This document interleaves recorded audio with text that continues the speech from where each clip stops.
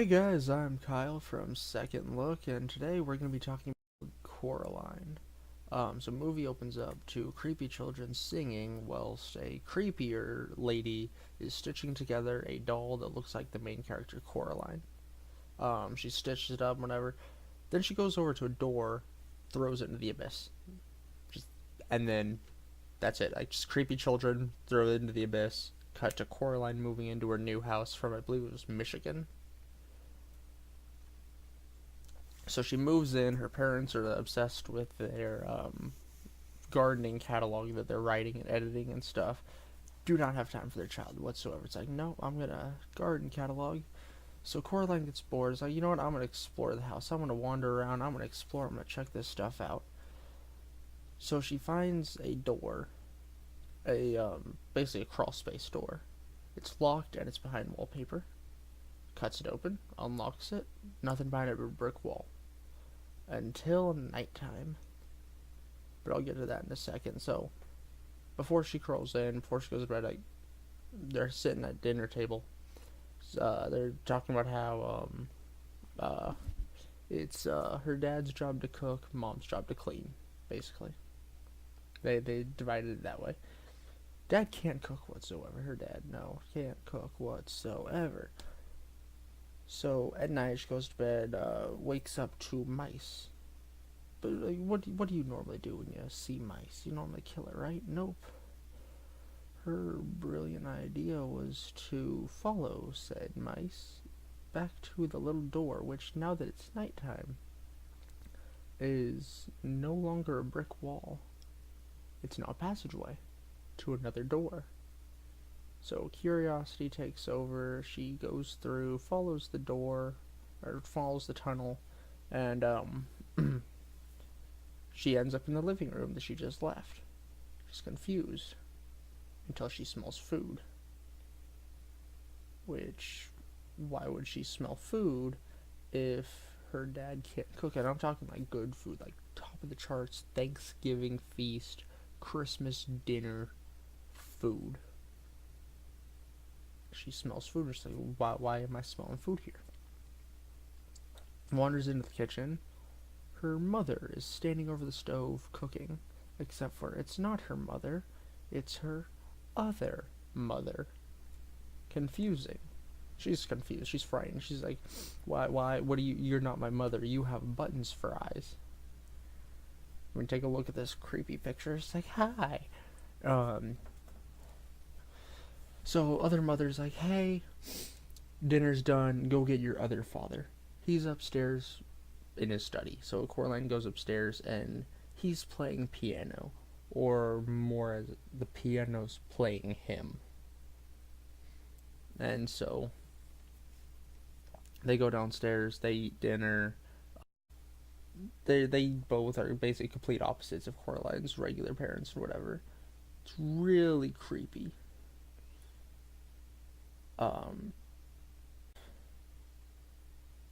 So Coraline's just like, you know what, this is weird. I don't want to deal with this right now, but you guys are awesome. I'm going to bed. So she goes to bed, wakes up in her regular house again. Thinks like she goes and tells her real parents forever. They're like, oh, it's just a dream. It's just a dream. You go throughout the day, just forget that ever happened. It's all that is, just a dream. And Coraline's like, no, it wasn't a dream. So she decides to go meet her neighbors because the door is blocked off again. So she goes downstairs to the neighbors who have all of their dead dogs stuffed. And the way they describe it, whatever, it's actually kind of creepy. She's like, oh, our dearly departed, we couldn't depart with them, so we had them stuffed. It's two little old ladies that I don't know what they used to be, circus performers. I believe they were psychics for a circus. And they're always constantly arguing. Like, it's great, I guess. But you get a little bit of backstory though while this is going on, because one of the little old ladies ends up reading Coraline's tea leaves. Coraline's drinking a cup of tea, and apparently this one kid that she ends up meeting, his name's Wybie, his grandmother lost her twin. And more, she was always saying, "Oh, my twin was stolen. My twin was stolen." No one believed her. She's like, "Oh, twin just ran away." But she lost her twin. But out of complete curiosity, Coraline goes back to the door that night, ends up in the garden. Which, like, you remember the garden, the way it looked at the beginning of the movie when she first moved in. It was all rustic and dead, and what wasn't dead was dirt, and what wasn't dirt was dead. Now look how beautiful it is now. You see that? That is absolutely beautiful. She ends up going upstairs to the other Bobinski, is which her upstairs neighbors. He's a great Bobinski. In the real world, he's Great Bobinski. He is a circus mouse performer, but in the other world, he is a successful circus mouse director. I don't think director is the right word. Anyway, so he does the circus mouse stuff. It's successful. It's absolutely beautiful. Her and YB, which is a friend that she made in the real world in the beginning of the movie, the other YB is sitting with her watching the circus mice, and they all have fun. The mice end up spelling out Coraline. They end up spelling her name. It's all great. So she goes back to the house to find a box with a note in it. The note reads, "Neighbors invited you to lunch." So she steps outside, and YB's cat is all up in her face. And he's just like, the cat's basically just like, "Hey, your other mother isn't as great as she seems. Be careful of other mother." And Coraline's like, "Nah, it's great here. I love it. Everything's all good." And the cat's like, "No, no, no. You be careful. You do not want to come back here." And Coraline's like, "Nah, whatever. I'm gonna go see my neighbors for lunch because that's what they invited me for." So she goes to see the crazy dog ladies perform. It's weird at first. They're countering each other's performances until at one point they end up splitting each other in half and turning into their younger forms from like 30, 40 years prior. It was really weird. So after all that, Coraline goes back inside, and other mothers like, "Hey, you can stay with us forever. You can live here if you want." Coraline's excited. She's like, "Yeah, I want to live here. This is great. I love it." And other mothers like, "Yeah, under one condition though." Coraline, "Huh?" "You have to sew buttons into your eyes." And Coraline's just like, "Nope, I'm out." And so she's freaking out. She's like, "I'm gonna go to bed and think about this for a bit." So she goes to bed, wakes up, expects to be in her own home. She's not. She's back in the other world. So, she can't go back home. She's stuck in the other world. She tried to leave, but that just pissed off other mother, and you don't want to do that. So Coraline is sentenced to time out in a mirror, where she meets 3 dead kids, one of which is Grandma's sister. And they explain that they gave up their eyes and are now stuck there until their souls, which basically their eyes, are found and returned to the real world. Coraline other YB helps Coraline escape. Coraline's back in the real world just to find out her parents are gone. So she goes to her neighbors, the crazy dog ladies, who give her a triangular glass type thing. It's like a little green triangle. Hold it up to your eye. It's a thing for finding lost things, is what it's helpful for. So Coraline goes back to the other world with that, and it challenges Other Mother to a game, because Other Mother loves games. Who doesn't love games? So if Coraline can find the children's eyes and her parents by the time that the button is over the moon, then she's free to go. If Coraline gets if not, Coraline gets buttons sewn into her eyes.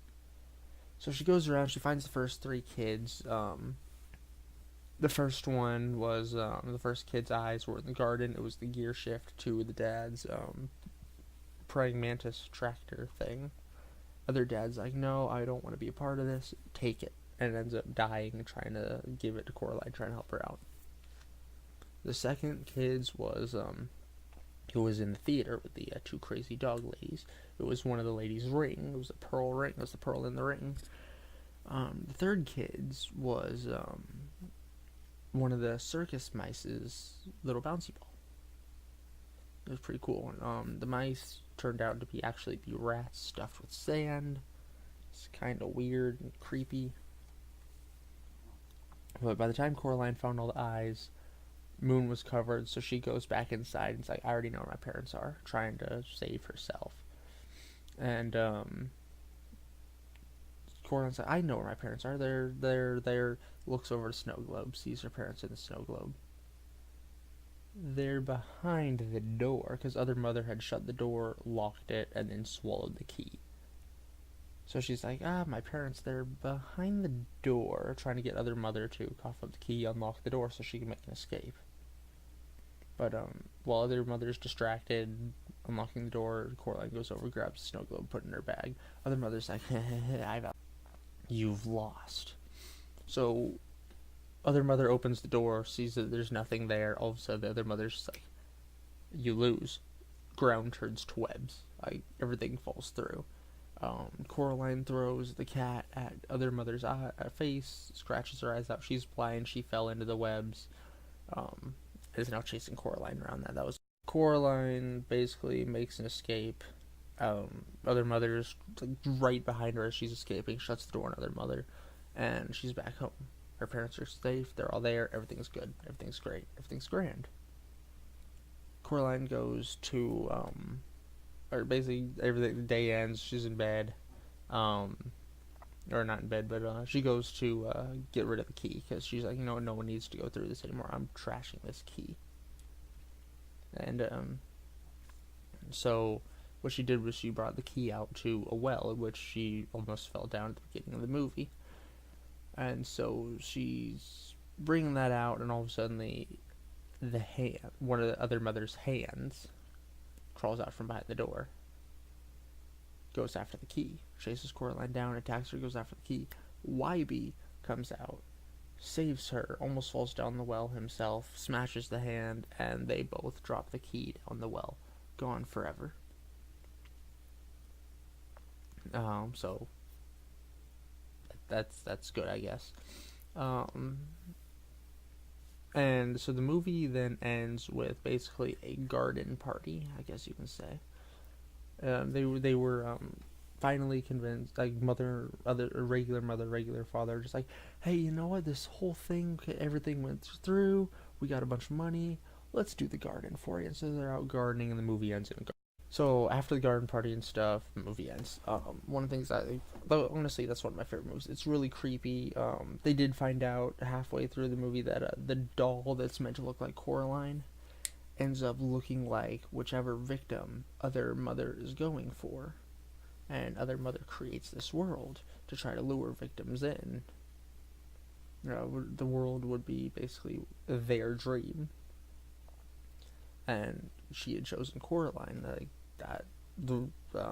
that she's a child in the house. She chose the child, got her the doll. Then she uses the doll to watch said child. One of the things that they mentioned at the beginning of the movie was that Wybie's grandmother, who does not let anyone with a child move into the house, her and her sister lived there, and her sister is taken. That's one of the reasons why, because Other Mother goes after children, but she let Coraline and her family move in.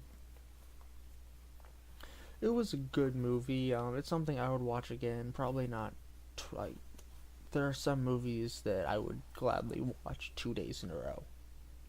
This, I don't think, is one of them, though. I would always watch it again, but, I'd wait a while between watching it. The rating that I would personally give it would probably be, I'd say, 93. And I believe it got a 90% on Rotten Tomatoes, which is really good. Anyway, that's my thoughts and opinions on this. I know this is probably terrible. To be honest with you, this is my first time doing a video like this by myself. As you saw back with the Children of the Corn, I had Alex doing that with me. a lot of what I do is gaming work, and like I'll even edit the audio on that sometimes just to, yeah. So this is my first time doing something like this on my own. It'll improve, I promise. Thank you for sticking with me, and I will see you guys next time. Adios.